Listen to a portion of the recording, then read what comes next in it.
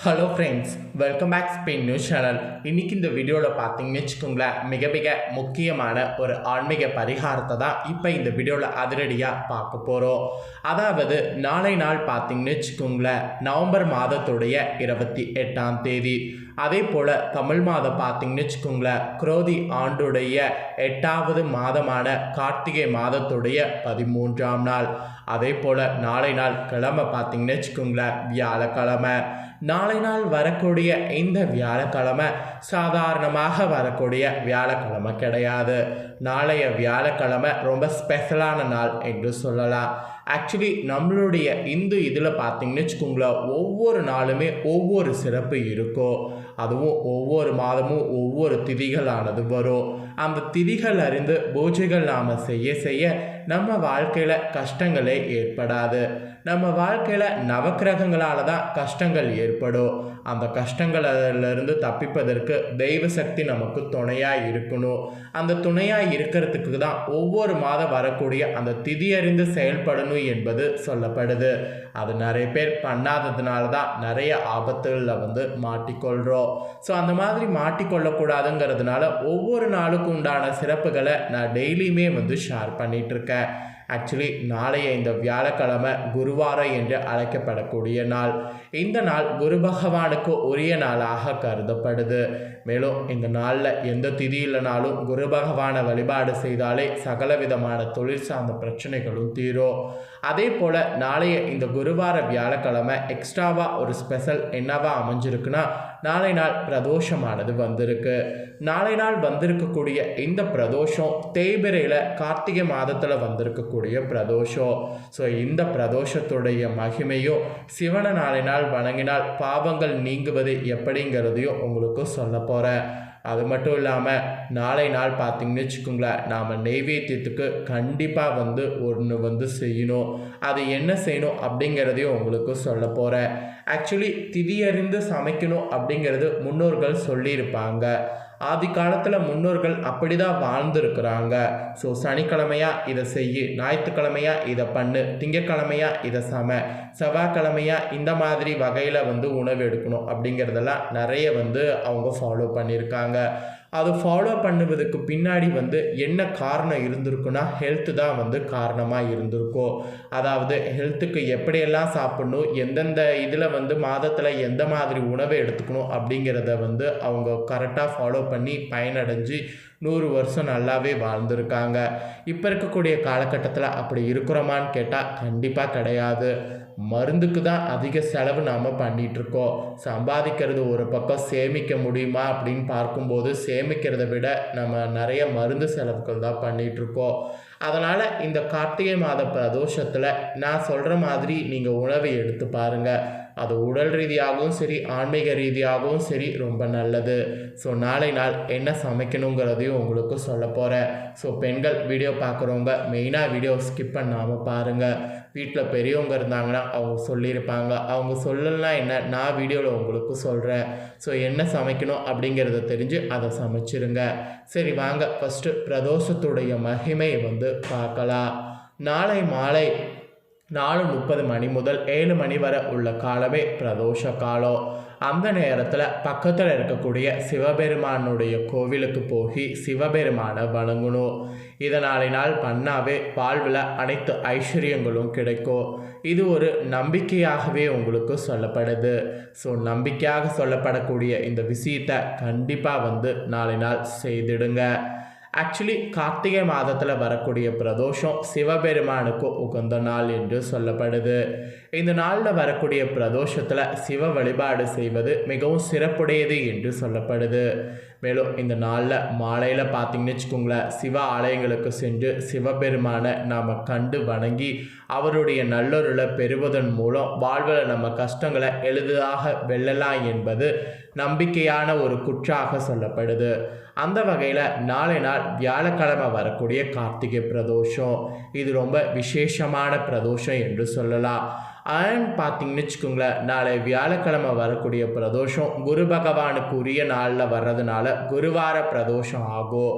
குருவார விரத நாளில் நாளை நாள் காலையில் பெண்கள் நீங்கள் வீட்டில் விளக்கேற்றி விரதத்தை சிவபெருமானை நினைத்து தொடங்கணும்.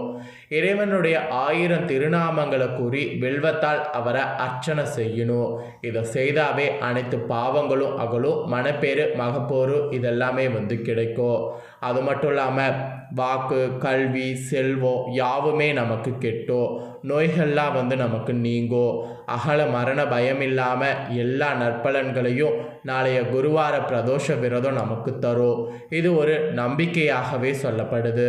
அதனால் நாளை நாள் பார்த்தீங்கன்னு வச்சுக்கோங்களேன், 1000 இதை கொண்டு அர்ச்சனை பண்ணுங்க. அதாவது வில்வங்கள் கொண்டு அர்ச்சனை பண்ணுங்க. 1000 வில்வங்கள் உங்களுக்கு கிடைக்கலனாலும் ஒரு 100 வில்வங்கள் கொண்டு கூட திருநாமங்களை கூறி வில்வத்தால் அர்ச்சனை பண்ணால் கூட உங்களுடைய பாவங்கள் அகலோ. அதனால் 100 என்ற எண்ணிக்கையில் கூட வில்வ இலையை கொண்டு சிவபெருமான அர்ச்சனை பண்ணுங்க. பிரதோஷ வழிபாடு உருவானது குறித்து பல்வேறு சம்பவங்கள் முக்கியமானது சொல்லப்படுது. அதில் இறைவன் விஷம் உண்ட நிகழ்வு தான் இந்த பிரதோஷம் என்று சொல்லப்படுது. நன்மைகளையும் இன்பங்களையும் வேண்டி பார்க்கடலை தேவர்கள் கடந்தனர். அப்படி கடையும் போது ஆழகால விஷம் வெளிப்பட்டது. தேவர்கள் அதை பார்த்து அலறி ஓடினார்கள். அப்போது ஈசன் வெளிப்பட்டு அந்த ஆழகாலத்தை உண்டார். அதாவது அந்த இடத்துல ஈசன் நின்று வெளிப்பட்ட அந்த ஆழகாலத்தை உண்டாரு. அவ்விஷம் சிவபெருமானுடைய வயிற்றினை அடையாமல் இருக்க அருகில் இருந்த பார்வதி சிவபெருமானுடைய கழுத்தின இறுக பிடித்தார். இதனால் ஆழகாலம் சிவபெருமானுடைய கழுத்தின நீளமாக மாற்றிவிட்டது. உலகத்திற்கும் ஏற்படவிருந்த பேரழிவை சிவபெருமான் தன்னகத்தை நிறுத்தி காத்த கால வேளையே பிரதோஷ வேலை. வளர்பிறை பிரதோஷம், தேய்பிறை பிரதோஷம் என மாதம் 2 முறை பிரதோஷம் வரும். திரியோதசி திதியில் சூரிய மறைவிற்கு முன்னே 3.25 நாளிகையும், மறைந்திற்கு அப்பால் 3.25 நாளிகையும் ஆக 7.5 நாளிகை காலம்தான் பிரதோஷ காலம் என்று சொல்லப்படுது. பிரதோஷம் குறிப்பாக 4லிருந்து 7 மணி வரை உள்ள காலம் என்பது தான் குறிப்பிடப்படுது. ஸோ இந்த நேரத்தில் சிவனை வழிபாடு செய்யக்கூடிய அத்தனை பேருக்குமே சிவனுடைய அருள் கிடைக்கும். முதல்ல நந்தியை வணங்கி பிறகு அதன் பிரணவ வடிவமான கொம்புகளின் நடுவே சிவபெருமான தரிசனம் செய்ய வேண்டும். அருகம்புல் மாலையாலும் வில்வ இலையாலும் நந்தி தேவரை அலங்கரித்து நெய் விளக்கேற்றி வழிபாடு செய்யணும். அப்புறம் நாளை நாள் நெய்வேத்தியத்துக்கு கண்டிப்பாக பண்ண வேண்டியது என்னென்னா சித்திரன்னம். சித்திரன்னம் அப்படிங்கிறது ஒன்றும் கிடையாதுங்க, கிளர்ன சாப்பாடு. அது என்ன கிளர்ன சாப்பாடுனா லெமன் ரைஸ், புளியோதரை ரைஸ், தயிர் ரைஸ், அதுக்கப்புறம் பார்த்திங்கன்னு வச்சுக்கோங்களேன் தக்காளி சாதம், அப்புறம் பார்த்திங்கன்னா மாங்காய் சாதம், மிளகு சாதம், இந்த மாதிரி கிளர்ன ரைஸ் தான். இந்த கிளர்ன ரைஸை நாளை நாள் நாம் நெய்வேத்தியமாக சிவபெருமானுக்கு படைத்து நம்ம கோவிலில் வரக்கூடிய பக்தர்களுக்கு பிரசாதமாக கொடுக்க வேண்டும். வியாழக்கிழமை வரக்கூடிய பிரதோஷம் அப்படிங்கிறதுனால நாளை நாள் சித்திரன்னம் படைக்கணும். சித்திரன்னம் படைத்து சிவபெருமான தரிசனம் செய்து அதை மற்றவங்களுக்கு பிரசாதமாக கொடுத்து வழிபட்டிங்கன்னா உங்களுக்கு கடன், வியாதி, அகால மரணம், வறுமை, பாவம், மனத்துயரம் முதலானவெல்லாம் நீங்கும். முக்தி கிடைக்கும். அதனால் கண்டிப்பாக நாளை நாள் பார்த்தீங்கன்னு வச்சுக்கோங்களேன் சிவபெருமானுக்கு சித்திரன்னத்தை படைத்திருங்க. ஸோ சித்திரன்னம் நீங்கள் படைக்கிறது உங்களோட சக்திக்கு ஏற்ப படைக்கலாம். சித்திரன்னம் 1 கிலோ அளவில் பண்ணியும் படைக்கலாம், 5 கிலோ அளவில் பண்ணியும் படைக்கலாம், உங்களோட விருப்பம். நாளை நாள் இந்த முறையில் தாங்க நாம் வழிபாடு செய்யணும்.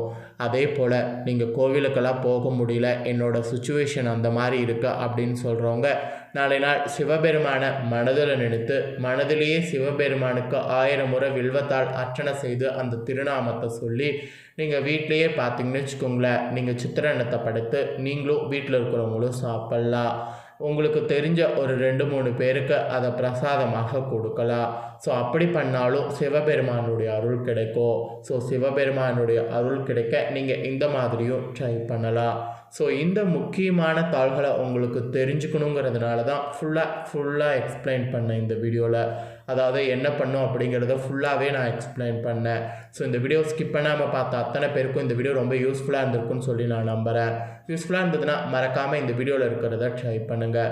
நீங்கள் ட்ரை பண்ணுறது போல் உங்கள் ஃப்ரெண்ட்ஸ் ஃபேமிலியில் இருக்கவங்களும் ட்ரை பண்ணி அவங்களும் பயனடையணும்னு நினச்சிங்கன்னா வீடியோ லைக் பண்ணி ஷேர் பண்ணுங்கள். உங்கள் ஃப்ரெண்ட்ஸ் ஃபேமிலியில் இருக்கிறவங்களும் வீடியோ பார்க்கட்டும். அவங்களும் கண்டிப்பாக நாளை நாள் என்ன செய்யணும் அப்படிங்கிறத இந்த வீடியோ மூலிமா தெரிஞ்சு இதை செய்து பயனடையட்டும். மேலும் இதே போல் புதிய அப்டேட்டான நிறைய வீடியோ நம்ம சேனலில் போடப்படும். அதை எல்லாத்தையுமே உடனுக்குடனே தெரிந்து கொள்ள மறக்காமல் நம்ம சேனலை சப்ஸ்கிரைப் பண்ணுங்கள், கூட பெல் பண்ண ப்ரெஸ் பண்ணுங்கள். அதை பண்ணிட்டீங்கன்னாவே நான் போடுற மற்ற அப்டேட்டான எல்லா வீடியோஸும் உடனுக்குடனே தெரிந்து கொள்ளலாம். ஸோ மறக்காமல் பண்ணுங்கள். இதே போல் சுவாரஸ்யமாக வேறொரு வீடியோவில் வந்து உங்களை சந்திக்கிறேன். நன்றி, வணக்கம்.